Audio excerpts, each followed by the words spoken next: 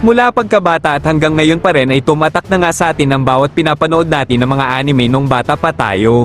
Ay talagang kahit may ibang anime na lumabas ay hindi pa din natin maitatanggi na ang anime na kinalakihan natin noon ay wala pa din makakatalo dito.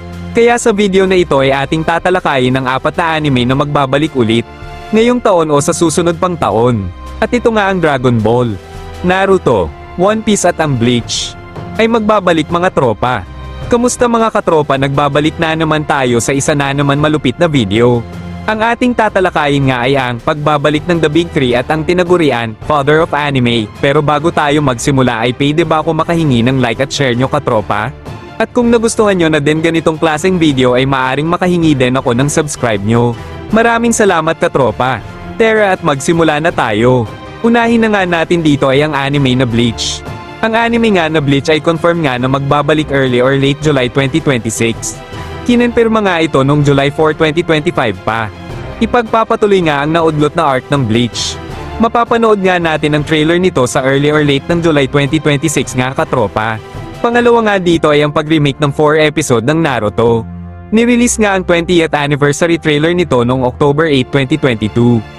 At nagkaroon naman ng announcement na magkakaroon nga daw ng remake ang 4 episode ng Naruto noong late 2025. At i-release nga daw ito early to late 2026 ngayong taon mga katropa. Hanggang ngayon nga ay wala pa din announcement ukol dito. Pero gagawa na lang siguro ako ng separate video pag nagkaroon na ng announcement kung kailan i-release ang 4 episode remake ng Naruto. Hindi ko sure mga katropa kung ang Naruto o Naruto Shippuden ba ang magkakaroon ng remake. Pero basta kahit ano sa dalawang ito ay talagang wala akong pake basta mapanood lang natin yun once na ma-release na nga ito. Next naman ay ang One Piece mga katropa. Nagkaroon nga din ng announcement ang One Piece mga katropa dahil sa mga hindi pa nga nakakaalam ay nagkaroon nga ng 3 months hiatus ang One Piece. Pero kahit nga na ganun ay i-release nga daw ulit ito sa April ngayon din taon na to mga katropa. Kaya abang-abang lang tayo mga katropa. Sa mga One Piece fan dyan, hintay lang kayo dahil ngayong taon din naman ang release ng One Piece. At ang huli nga ay ang tinaguriang The GOAT ng anime. At ito nga ay ang Dragon Ball. Nagkaroon nga ng announcement na magbabalik nga daw mga katropa ang Dragon Ball. At ang next arc nga nito ay ang Galactic Patrol arc nga daw katropa. Dito sa atin ipapakita ang kasunod na nang nangyari sa pagtatapos ng Dragon Ball Super. Pinakita nga dito lahat ng mga naging transformation mula Super Saiyan ni Goku hanggang sa True Ultra Instinct transformation ni Goku.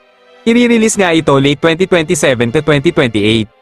Mga katropa, pero wag nga kayo mag-alala dahil naglabas pa nga sila ng announcement na magkakaroon nga din daw ng remake ang Dragon Ball Super Beerus.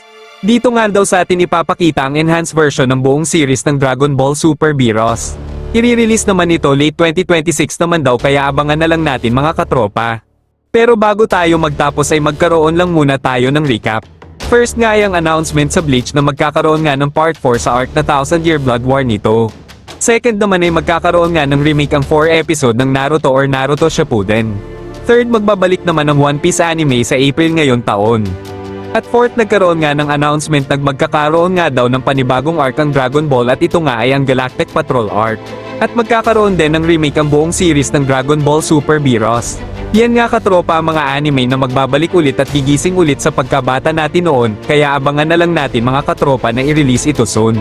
Pero siguro mga katropa dito muna ako magpapaalam, maraming salamat sa panonood yung mga tropa pero yun lang, peace out.